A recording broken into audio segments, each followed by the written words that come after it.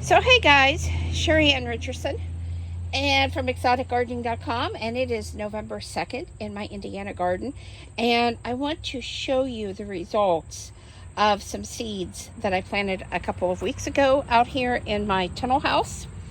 As you can see, we are starting to get some germination here. I should have marked what I planted. I know some of these are reddish. I planted lettuce, and let me walk over here. You can see we're just starting to get germination, and peas, but the peas are not in that part of the house. So let me show you. I'm not seeing the lettuce yet, and I thought it would be up before anything else, but I may have to replant. Sometimes lettuce gets old and doesn't germinate right, and that may be the case here.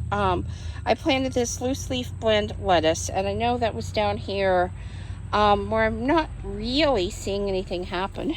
I planted these black Spanish radishes, which is a fantastic radish for winter growing. I know that these are radishes for sure. I think that is a weed, but I'm going to let it get just a little bit bigger to be sure. But I know that we do have a radish down here, and I want to show you. Do you see the difference in the leaf? This is called, these two little leaves are called the seed leaf. So I am sure that is one of those weedy morning glories that we don't want. Now, what I have done, because we had some nights in the 30s, and I really wanted these seeds to germinate. So I got this little plastic tunnel house thingy, for lack of remembering what it is technically called. I got this on Amazon, and I put it in the ground, and then I put my froster row cover, which is the stuff you see, over the top. I'm not going to try to push that down on video because it really takes two hands to put this down into the ground. But the other seeds that I planted, that I'm going to show you here in a minute, are these Sugar Pod 2 snow peas. And some of you may remember seeing the garden tower that I received free for Gurney's this year in exchange for my honest review. So I draped some frost cover over it.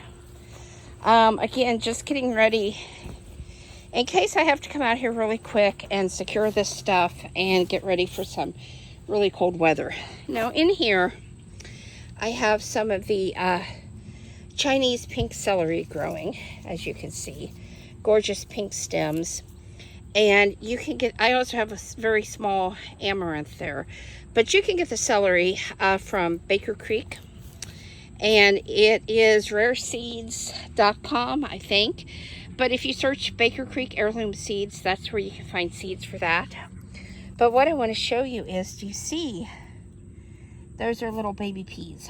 And I did water, so I do have a couple weeds coming up here. But I did water, and so some of these are covered over with a little bit of soil because they were just starting to come up.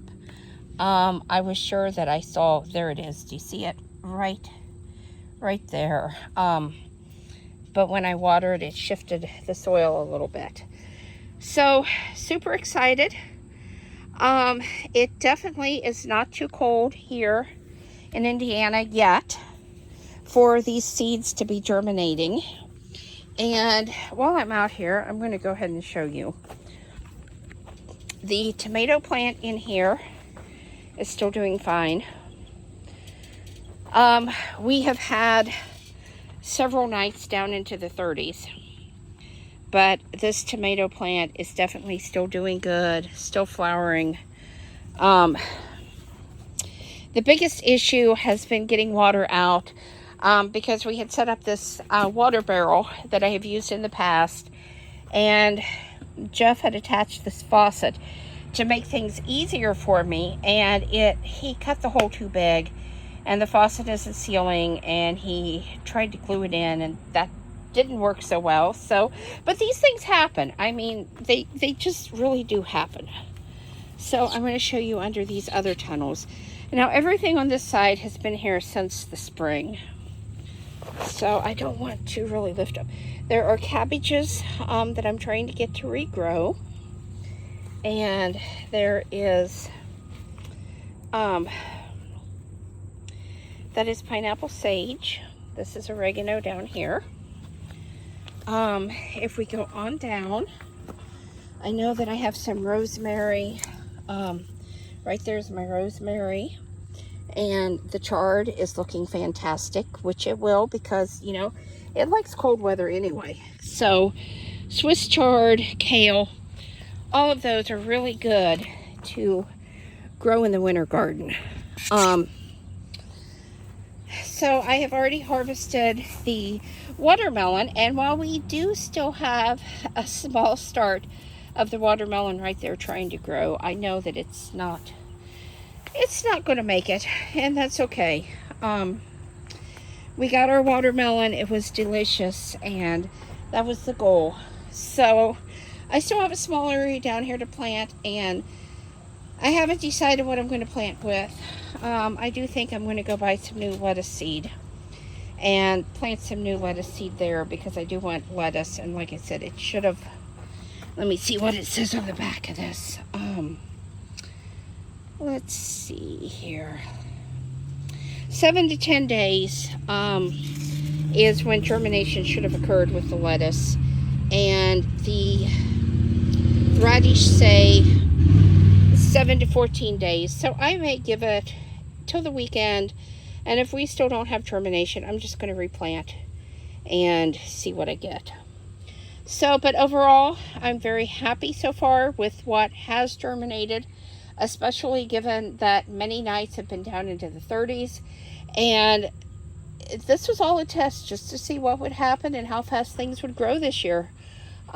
Because I really like learning and being able to give people a little bit more complete of an answer as to how late into the season that they can actually plant and still have some success in their winter vegetable garden. So anyway, guys, please subscribe. Check out our membership. I have a lot of my e-courses in the top tier membership, and you could take all of those for one cost instead of individually buying each course. Depending on how fast you watch them, that could be a money saver for you.